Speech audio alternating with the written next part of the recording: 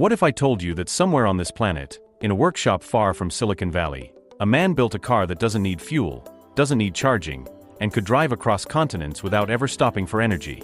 You'd probably laugh. You'd probably think it sounds like a fairy tale, a piece of science fiction, or one of those wild conspiracy theories you scroll past online. But what if I told you it's real? That a man, a self-taught engineer from Zimbabwe named Maxwell Chikumbutso, has stunned the world with a machine that seems to break the very rules of physics. That this car, his car, is a self-powered electric vehicle that can keep moving without fuel, without a charging station, without pause. It almost sounds too big, too bold, too impossible to be true. But that's the power of stories like this. They force us to question what we know, to re-examine the limits of human invention, and to imagine a future that just a moment ago felt impossible. Today, you're going to step inside that story. Not just the car, not just the man, but the ripple effect it's already causing. The fear it's sparking in boardrooms. The hope it's igniting in ordinary people. The possibility that this isn't just a machine, it's a turning point in history. But before we open the doors of the car and look at its guts, before we marvel at how it hums without a drop of fuel, let's talk about the man who built it. Because stories of machines are always stories of people. Maxwell didn't walk out of MIT wearing a shiny graduation robe. He didn't collect degrees from Stanford or Cambridge. He was a high school dropout. In a world obsessed with certificates, he had none. But what he did have was an obsession. As a boy, he would take apart radios, not because he wanted to listen to them, but because he wanted to see how voices and music could live inside a little box. He built crude circuits from scrap, taught himself how current flows, and often got small shocks from his experiments. His family thought he was just tinkering. Neighbors thought he was odd. But behind those odd little experiments was a burning belief that energy didn't have to be bought, bottled, or burned. It could be created, captured, and sustained. Over the years, Maxwell moved from radios to bigger machines. He built drones that buzzed across the sky, generators that could run for days, even a helicopter prototype that somehow lifted off the ground. Each invention carried the same principle: self-sustaining energy systems. No constant refueling. No endless tether to an electric grid. Just a loop of power, feeding itself, alive. And then came the car. His boldest attempt yet. A self-powered electric vehicle. Think about what that means. A car that doesn't care about charging stations or rising gas prices. A car that doesn't line up at the pump, doesn't plug into your garage overnight, doesn't panic when the battery runs low on a dark highway. A car that simply runs. Indefinitely. From the outside, you wouldn't know what makes it different. It looks like any modern EV: smooth curves, an aerodynamic body, a sleek futuristic interior designed for comfort and control. Slide into the driver's seat and you'd see digital displays, ergonomic design, and the clean silence of an electric drive. But bénéat the où lies the secret. Instead of the heavy battery pack that powers a Tesla or a Nissan Leaf, Maxwell's machine carries what he calls a green energy generator, a system that recharges itself as the car moves. Now pause and think about that. We've been taught our whole lives that cars need fuel, that even EVs must stop to charge, that perpetual motion is impossible. Critics said it flat out: this cannot exist. But when Maxwell first rolled out his prototype and drove it in front of journalists, engineers, even government officials, something extraordinary happened. The car kept running. No fuel, no plug, no trick. Just continue motion. The reports from those early tests are astonishing. The car reached speeds comparable to a Tesla Model 3. It accelerated quickly, smoothly, almost unnaturally silent. And its range? Theoretically unlimited. Imagine driving from Cape Town all the way to Cairo, crossing deserts, forests, and mountains, without stopping once for fuel or electricity. Imagine road trips where the only thing you'd ever stop for is food, sleep, or scenery. And the way it works is no less mind-bending. The system inside doesn't just store energy, it generates it. Using advanced microwave and radio frequency energy conversion, the car continuously powers its motors. It's not an upgrade, it's a revolution. But revolutions are never welcomed with open arms. When Maxwell first unveiled the car, skeptics scoffed. Scientists said, perpetual motion is a fantasy. Engineers wrote articles calling it pseudoscience. Critics declared it was all smoke and mirrors. But then the demonstrations kept happening. In Harare, in Johannesburg, in front of cameras and experts. The car simply kept moving. Hours passed. The engine purred. No whir, no refueling. And the room full of doubters turned uncomfortably quiet. It's not just about performance. It's about what this machine represents. Zéro émission. True green révolution. Nos dépendancies ont fragile electric grid. A potential lifeline for nations where blackouts are common. Cost efficiency that could slash transportation costs to nearly nothing. And above all, the possibility that energy could become free.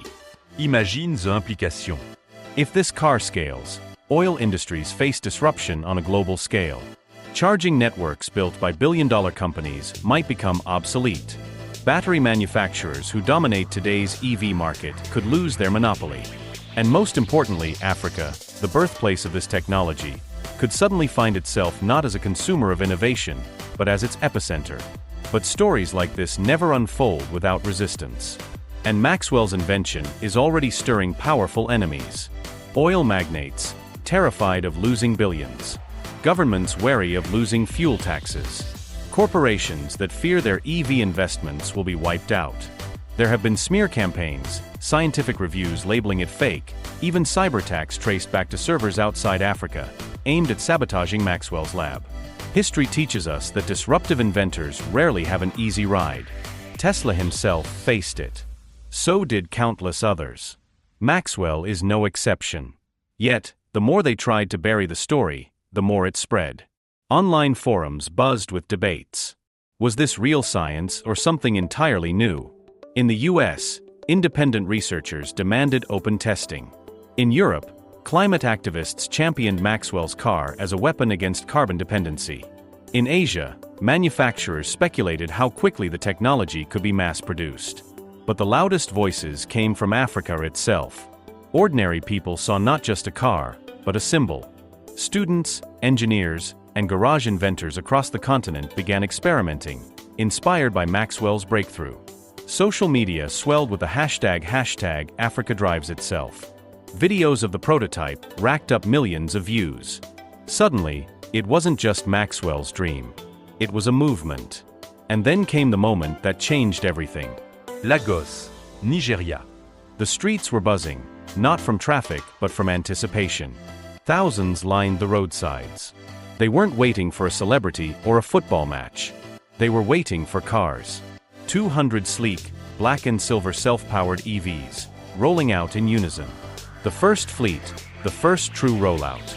And when they came, when those machines glided down the road with nothing but a faint electric hum, the crowd erupted. Cheering, chanting, filming on their phones. It wasn't just transportation anymore, it was liberation. Within minutes, the videos flooded online. Headlines across the globe read, "Africa just did what the world thought impossible." In Tokyo, oil stocks dropped. In Silicon Valley, auto investors demanded answers. In Berlin, Beijing, and Detroit, corporate boardrooms went into panic. What if this was real? What if it scaled? What if the trillion-dollar industries they controlled were suddenly irrelevant? Behind closed doors, companies scrambled. Some called the cars unsafe. Others accused Maxwell of secrecy. Some even whispered about national security risks, a code for, "This technology is too powerful to stay in Africa." But Africa didn't flinch. Instead, a coalition of 10 nations announced something historic, the African Energy Independence Alliance. Their mission? To protect Maxwell's technology, scale it across the continent, and ensure Africa would not just be the supplier of raw materials, but the exporter of innovation. For the first time in history, Africa declared it would drive itself, and the world would follow. That night, the images of Lagos were replayed across every major channel. In villages with no running electricity, families crowded around tiny TVs and saw cars running endlessly without fuel. In cities across Europe and America, students debated whether this was the end of oil. In Asia, investors whispered about mass production timelines. And for the skeptics? For the people who said it could never be done? The proof was now gliding down African streets, silently, endlessly. In the weeks after the Lagos rollout, the world could no longer pretend this was just a rumor. It was real. The videos had gone viral, the demonstrations had been repeated in city after city, And each time, the cars performed exactly as promised. They never slowed, never faltered, never begged for a refuel or a recharge. They simply ran. For ordinary Africans, this wasn't just a new car, it was a miracle. In small towns where buses often stalled because fuel was too expensive, people imagined fleets of Maxwell's cars providing transport that cost almost nothing. In villages where the power grid flickered off for hours each night, the thought that this same self-powering technology could one day power homes gave people chills. Hope spread faster than skepticism. For the first time in decades, Africa wasn't waiting for the world's hand-me-down technology. It was leading. But leadership comes with a price. Behind closed doors, a storm was brewing. In Washington, energy advisors gathered in secure rooms to discuss what Maxwell's invention might mean. If a self-powered EV really scaled, oil imports would collapse, fuel taxes would dry up, and the balance of global power would shift. A senator, leaning across a mahogany table, reportedly asked his colleagues, "Do you realize what this means? If they can drive forever without fuel, what happens to our oil interests in the Gulf? What happens to our alliances? What happens to us?"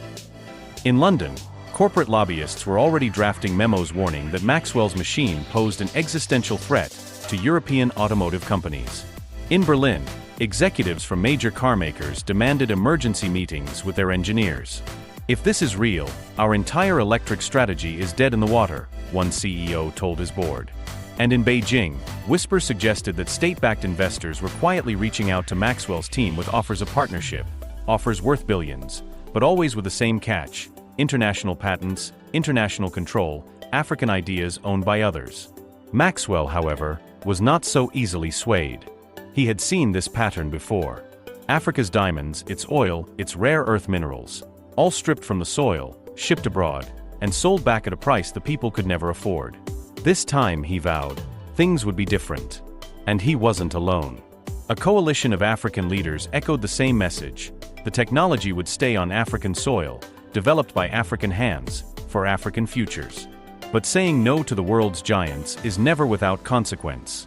Almost immediately, Maxwell became a target. Articles appeared overnight calling him a fraud. Slick documentaries aired on certain networks, painting him as a con artist. Anonymous scientists released papers declaring his car a violation of the laws of thermodynamics. "This is fake science," one headline screamed. At first, Maxwell tried to ignore it. "Let the car speak for itself," he told a small group of friends. But then came the attacks that weren't just on his reputation.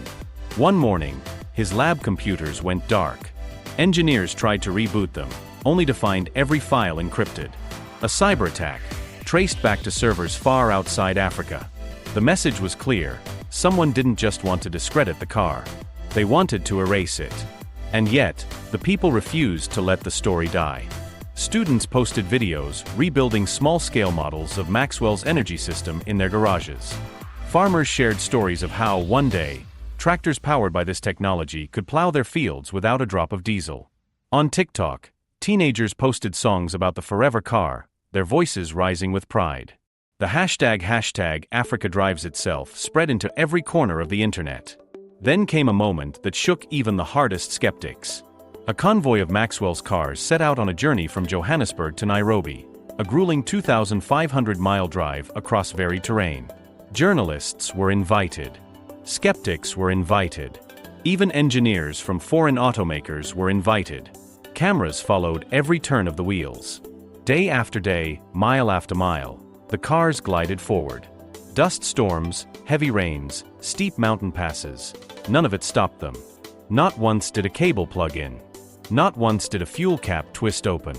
By the time the convoy rolled into Nairobi, cheered on by crowds waving flags and chanting Maxwell's name, even the skeptics had fallen silent. Some of them, caught on camera, muttered, "I don't know how he did it." But he did. The shockwave grew. Oil prices dipped again, rattled by fear of what might come. Electric vehicle manufacturers scrambled to reassure shareholders that Maxwell's invention was just a regional experiment. But the footage was undeniable. Back in Africa, something even bigger was happening. Governments weren't just cheering from the sidelines, they were acting. 10 nations signed an agreement to fund research centers, manufacturing hubs, and training programs to build an entire ecosystem around self-powered vehicles. Suddenly, jobs were being created. Engineers were being trained. Investors, once skeptical, now begged for a seat at the table. And for Maxwell, the dream was no longer his alone. Standing before a crowd in Harare, he raised his hands and said, "This isn't my invention anymore. D'ici sort invention. It belongs to Africa." The crowd roared in response, not just because of his words, but because they knew it was true. Still, pressure from the outside grew relentless. Whispers of sabotage attempts spread. A shipment of crucial parts disappeared mysteriously at a port.